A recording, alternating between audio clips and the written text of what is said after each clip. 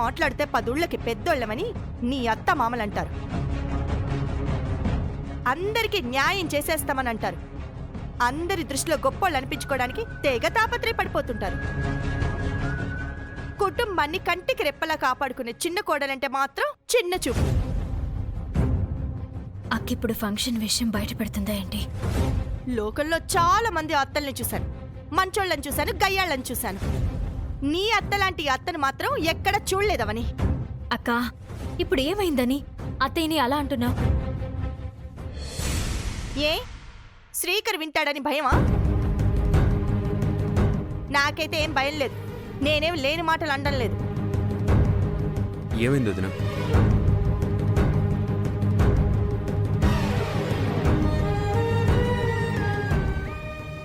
అడుగుతున్నాను కదా, చెప్పు. ఏం లేదు బావా. చెప్పదు, ఏది చెప్పదు. దాపరికం ఎక్కువ. ఎవరు ఎన్ని మాటలన్నా దులిపేసుకుంటుంది. మీ పెళ్లికి ముందు ఇలా ఉండేది కాదు శ్రీకర్. ఎవరైనా ఏదైనా అంటే సరైన సమాధానం చెప్తుండేది.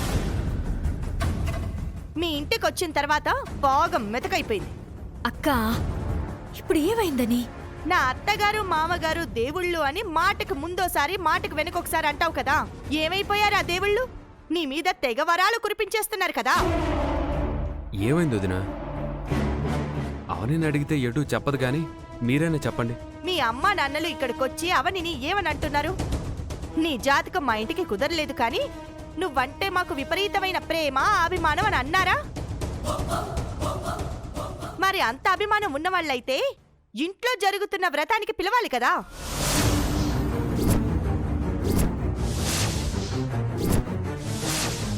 అక్క, ఇప్పుడు ఆ విషయాలు అవసరమా? అవసరమే. ఏమి లేని చోట అగ్గి రాజేయడానికి చాలా మంది కోడళ్ళు మొగుడి దగ్గరకొచ్చి అత్త మీద చాడీలు చెప్తారు. నువ్వేమో నీ అత్త చేసే అవమానాల్ని కూడా మొగుడి దగ్గర చెప్పుకోకుండా దాచుకుంటున్నావు. ఏం వ్రతం చేసుకుంటున్నారు వదిన? ఆ పనికి మాలింది నిహారిక ఉంది కదా, ఈ రోజు దానికి నల్ల పూసల ఫంక్షన్ చేయబోతున్నారు. దాంతో పాటుగా ఏదో పిండాకుడు వ్రతం కూడా చేయబోతున్నారు. పిలిస్తే మనం వెళ్ళొచ్చు, వెళ్ళకపోవచ్చు. దారిన పోయే దానమ్మలందరినీ పిలిచారు. దారిలో కనపడిన మమ్మల్ని మాత్రం పిలవలేదు. నా సంగతి వదిలేయండి, చిన్న కోడల్ని పిలవాలి కదా. అక్క, అది నిహారికకి సంబంధించిన ఫంక్షన్, అందుకే నన్ను పిలవలేదు. దానికెందుకు ఫీల్ అయిపోతావు? ఫంక్షన్ అంటే కుటుంబం అంతా కలిసి చేసుకుంటుంది. అదొక్కతే చేసుకునే ఫంక్షన్ అయితే మరక్కడ వసంత వదినేందుకు, లావణ్య ఎందుకు? అవసరం లేదు కదా. అబ్బా వదిలే అక్క. నేను వదలనవని నా కడుపు రగిలిపోతోంది. శ్రీకర్, నీ పెళ్ళాన్ని చేసిన గొప్ప పనేంటో తెలుసా? మిమ్మల్ని ఫంక్షన్కి పిలిచారా అని ఎవరు తెలిసిన వాళ్ళు అడిగితే, పిలిచారండి, మేము లేకుండా ఫంక్షన్ ఎలా అవుతుంది అంటూ వాళ్ళ ముందు గొప్పలు చెప్పుకుంది. అలాంటి దాన్ని ఏమనాలి? బావ బయటికి ఎక్కడికో వెళ్తున్నట్టున్నాడు, నువ్వు కాసేపు ఆపు. మాట్లాడినివ్వవే, నువ్వసలు మాట్లాడినివ్వవు. నీ అత్తారింటి మీద ఒక్క మాట కూడా పడనివ్వవు. నువ్వేం సుఖపడతావు? అవని, వెళ్దాం రా. ఎక్కడికి? మన ఇంటికి. వాళ్ళు లోపలికి అనుమతి ఇచ్చే వరకు ఇదే మనిల్లు. నీ తెలివితేటలు నా ముందు ప్రదర్శించుకు. రా చెప్తాను. వద్దు బావా. వసే పిచ్చిదానా, పేరెంటానికి వచ్చిన వాళ్ళందరూ మీ అవని లేదేంటి అని అడుగుతారు. నిన్ను తప్పుగా అనుకుంటారు. అలా ఏం అనుకోర్లే. వదిన చెప్పింది కరెక్ట్. నిన్ను ఇన్వైట్ చేయకపోవడం వాళ్ళది రాంగ్. ఈ విషయం గురించి అక్కడే తేల్చేస్తాన్రా. వద్దు బావా. అది నా ఫ్యామిలీ అయినా నువ్వు పదే పదే చులకనైపోవడం నేను తట్టుకోలేను. ఎందుకు పిలవలేదని అడుగుతాను. రా. వద్దు బావా. ఇంకేం మాట్లాడకు. రా బావా. బావా. రా. అక్క, నా మాట విను. నువ్వేం మాట్లాడకుండా రా. బావా కూర్చో. ప్లీజ్ బావా, నా మాట విను. కూర్చో.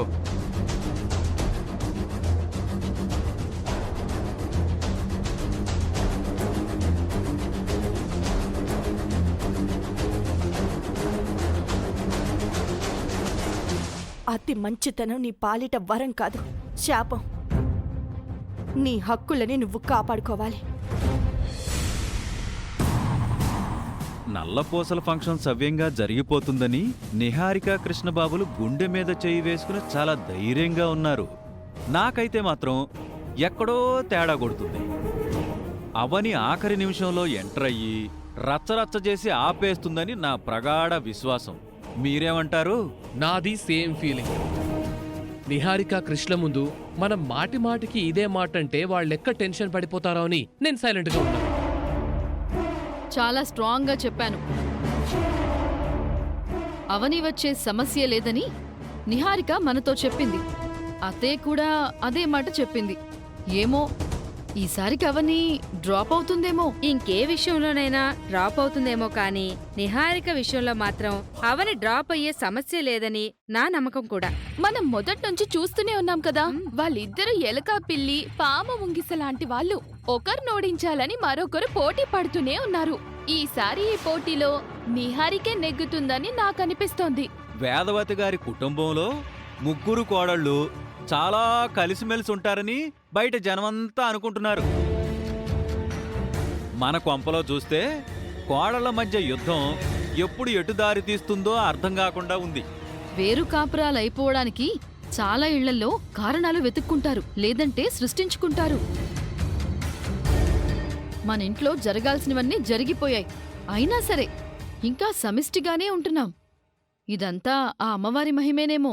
అవును లావణ్య, చాలా మంది చిన్న చిన్న కారణాలకే వేరు కాపురం అంటుంటారు. మనం ఇంకా ఉమ్మడి కుటుంబంగానే ఉంటున్నాం. నువ్వన్నట్టు అమ్మవారి దయో లేక అమ్మ మీద మనకున్న భయమో. సరే, ఫైనల్గా ఒక మాట.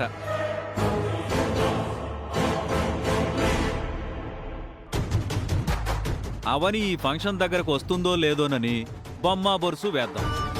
బొమ్మ పడితే వస్తుంది, బొరుసు పడితే రాదు.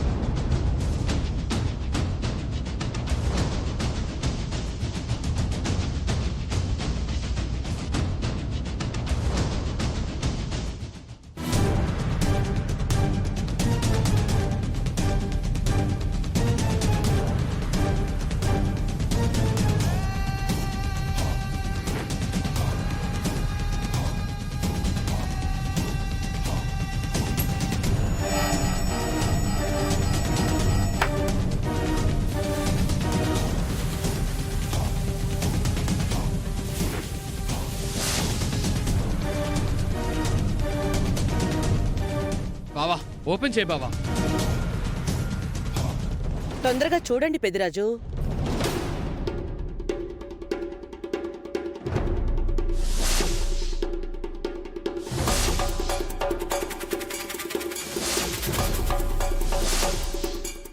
అవని రాదు.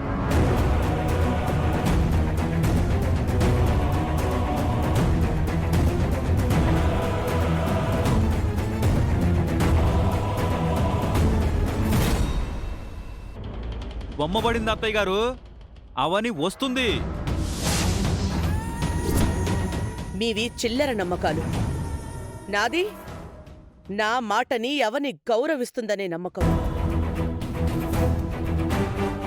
అక్కడ వ్రతం మొదలైంది. మీరిక్కడ ఇలాంటి పనిలేని పంచాయతీలు పెట్టకండి. పదండి. నా జోస్యం ఎప్పుడూ తప్పు కాలేదు. అవని ఈ పాటికి బయలుదేరుంటుంది, చూడండి.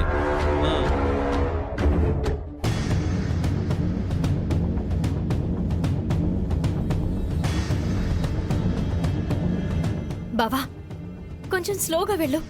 ఎందుకు అంత స్పీడ్? అనుక్షణం నా ఇంటి గురించి ఆలోచిస్తుంటావు.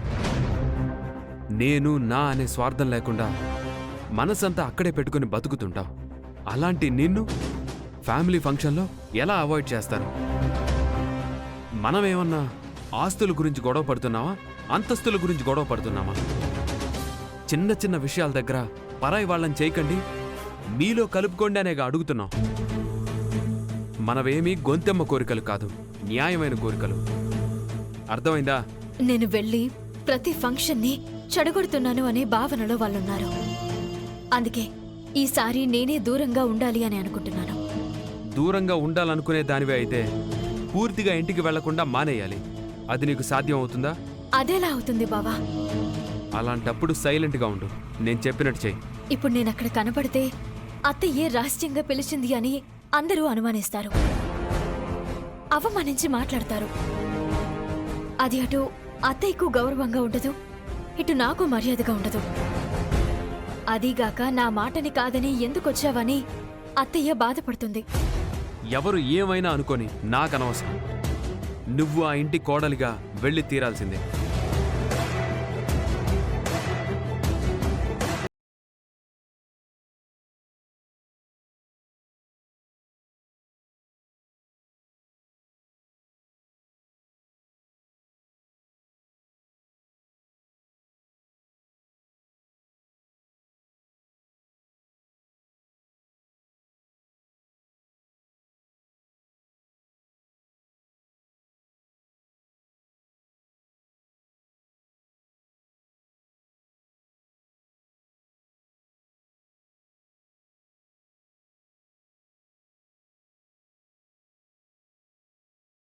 సురేశం విశ్వాకారం గగనసదృశం మేఘవర్ణం శుభాంగం లక్ష్మీకాంతం కమలనయనం యోగిహృధ్యానగమ్యం వందే విష్ణుం భవభయహరం సర్వలోకైకనాథం మేఘశ్యామం పీతకౌశేయవాసం శ్రీవంశాంకం కౌస్తుభోద్భాసితాంగం పుణ్యోపేతం పుండరీకాయతాక్షం విష్ణుం వందే సర్వ. వదినా, నిహారిక మాటి మాటికి బయటికెందుకు చూసుకుంటుంది?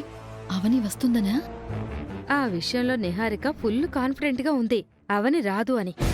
ఆ టెన్షన్ ఎందుకంటే రావాల్సిన మరో 2 ముత్తైదులు రాలేదు కదా, అందుకని. సశంఖచక్రం సకిరీటకుండలం సపీతవస్త్రం సరసీరుహేక్షణం సహారవక్షస్థలశోభికౌస్తుభం నమామి విష్ణుం శిరసా చతుర్భుజం ఆపదామభక్తారం దాతారం సర్వసంపదాం లోకాభిరామం శ్రీరామం భూయో భూయో నమామ్యహం. సర్వమంగళమాంగళ్యే శివే సర్వార్థసాధికే శరణ్యే త్ర్యంబకే దేవి నారాయణి నమోస్తుతే.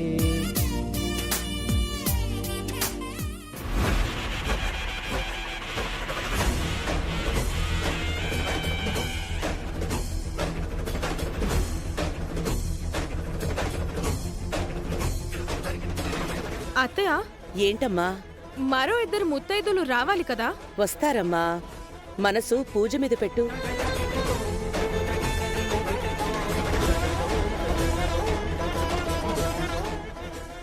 అదిగో కమలగారు వచ్చారు. రండి కమలగారు. ఆలస్యమైంది, ఏమనుకోకండి. పర్వాలేదులేండి, కూర్చోండి. అత్తయ్య, 6 అయ్యాము. మరో ఆవిడ పరిస్థితి ఏంటి? ఆవిడ కూడా వస్తుంది. వస్తుందా ఆవిడ తగ్గుతుందా? నాకు తెలిసి తగ్గుతుంది. ఆడాళ్ళ ఫంక్షన్లో మీ గోలేంటి? మీరు సైలెంట్గా ఉండండి. నాకు తెలిసి ఒక్క ఆవిడ తగ్గుతుంది.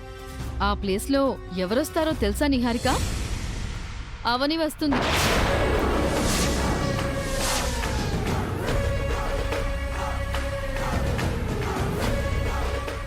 ఇప్పుడు నువ్వు తెల్లమొహం వేసుకున్నట్టే అప్పుడు మనం అందరం తెల్లమొహం.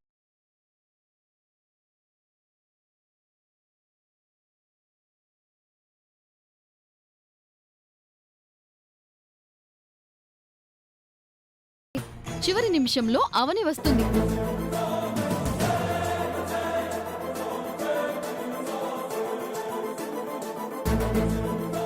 అత్తయ్య నన్ను పిలవలేదు, ఇలా వెళ్తూ నేనే వచ్చాను అని చిలక పలుకులు పలుకుతుంది.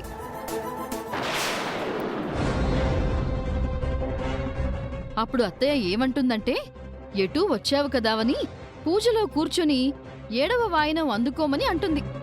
మీ మాట నేనెందుకు కాదనాలత్తయ్యా అంటూ ఫంక్షన్లో కూర్చుంటుంది. ఇదే కదా అత్తయ్య జరగబోయేది. అక్షరం కూడా తేడా రాకుండా అదే జరుగుతుంది. రిలీజ్కు ముందే కథ లీక్ అయినట్టు ఎంత బాగా చెప్పావు సిస్టర్. అందరూ ఇష్టం వచ్చినట్టు కథలు అల్లకండి. ఏమైంది వేదా? ఎందుకు లేచావు? పూజ మొదలైన దగ్గర నుంచి సూదులతో గుచ్చినట్టు గుచ్చుతున్నారు. నేను వెళ్ళి ఆ 7వ ముత్తైదువు రాజలక్ష్మి గారిని పిలుచుకునొస్తాను. పంతులు గారు, అమ్మా, మీరు పూజ ఆపకండి. వాయినాల టైం కల్లా 7వ ముత్తైదువు ఇక్కడుంటుంది. అలాగేనమ్మా. ఆ.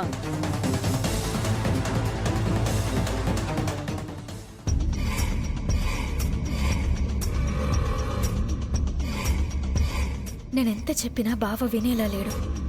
ఫంక్షన్లో నన్ను కూర్చోబెట్టందే వదిలేలా లేడు. ఏం చేయాలి?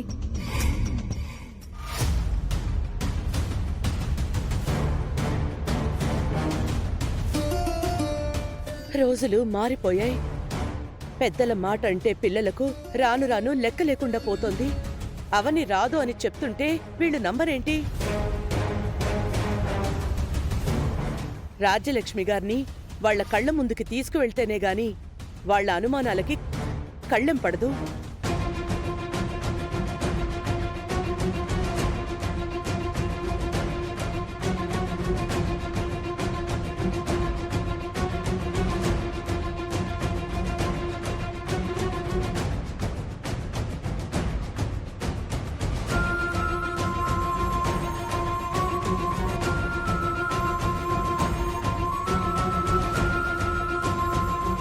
బావా, కారాపు. ఎందుకు? ఆపు బావా, ప్లీజ్.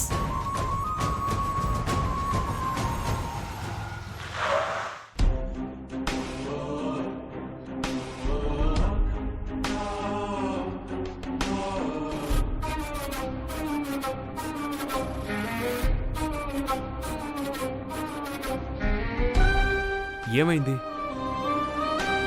అత్తయ్య వాళ్ళ ఇంటికి నేను వెళ్తాను బావా, నువ్వు ఆఫీస్కి వెళ్ళు. ఆఫీస్లో నాకు అంత ఇంపార్టెంట్ వర్క్ లేదని చెప్పాను కదా. ఏదో ఒక వర్క్ ఉండకుండా ఉంటుందా? నువ్వు వెళ్ళిపో బావా, నేను వెళ్తానని చెప్తున్నాను కదా. నువ్వు వెళ్ళవు, నాతో అబద్ధం చెప్తున్నావు. నేను వెళ్ళానో లేదో తర్వాత నువ్వు ఎంక్వైరీ చేస్తే తెలిసిపోతుంది కదా. సరే, ఇంటి వరకు డ్రాప్ చేసి వెళ్తానులే. ఇంటి వరకు వచ్చి లోపలికి రాకుండా ఉండవు. అత్తయ్య మావయ్యలతో గొడవ పడకుండా ఉండవు. ఆ విషయం నాకు బాగా తెలుసు. ఫంక్షన్ జరిగే చోట గొడవలెందుకు చెప్పు? నేను వెళ్తాను అని అంటున్నాను కదా. నాకు నమ్మకం కలగడం లేదు. నన్ను నమ్ము బావా, దయచేసి వెళ్ళిపో. నిజంగా వెళ్తావు కదా? వెళ్తాను. సరే, నీ మాట నమ్మి వెళ్తున్నాను. తర్వాత నువ్వు వెళ్ళలేదని తెలిసిందంటే అప్పుడుంటుంది నీ పని. ఉమ్.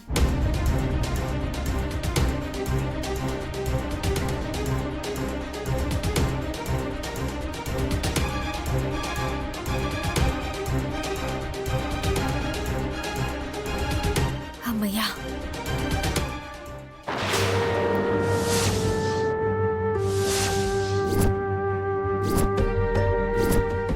రాజ్యలక్ష్మి తప్పకుండా వస్తానని చెప్పింది. మరి ఇంటికి తాళం వేసుందేంటి? ఎక్కడికి వెళ్ళిపోయింది? ఇప్పుడు నేను ఫంక్షన్ దగ్గరికి వెళ్ళానంటే తన మాటని ధిక్కరించానని అత్తయ్య అనుకుంటుంది. అందుకే ఇంటికి వెళ్ళిపోవడం మంచిది. బావ తర్వాత తిడితే పడతాను, ఏదో ఒకటి చెప్పుకుంటాను. ఆటో. రాజ్యలక్ష్మి గారితో వెళ్ళడం లేదు కాబట్టి ఇదంతా నేను కావాలనే చేస్తున్నానని తలో మాట అంటారు.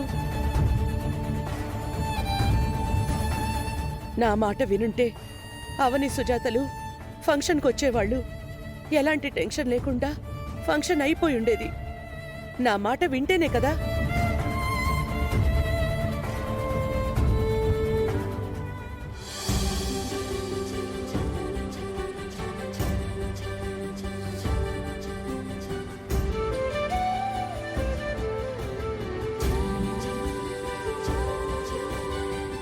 అత్తయ్య గారు ఇంకా రాలేదేంటి? బామ్మర్ది, ఓసారి బయటికెళ్ళి చూసొద్దామా?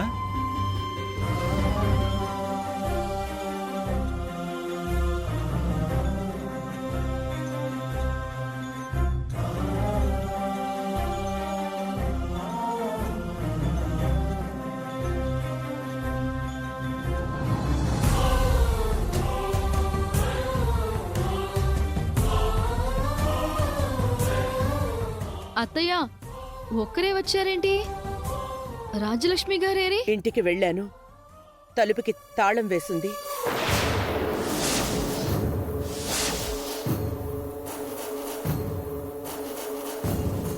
ఎక్కడికి వెళ్ళిందో తెలీదు. వీధిలో ఇంకెవరైనా దొరుకుతారేమో అని చూశాను. ఎవరూ అందుబాటులో లేరు. ఏడో ముత్తైదుని తీసుకొస్తావని నిహారిక ఎంతో ఆశతో ఎదురు చూస్తుంది. నువ్వు తీసుకురాకపోయేసరికి తన మొహం ఎలా మాడిపోయిందో చూడండి.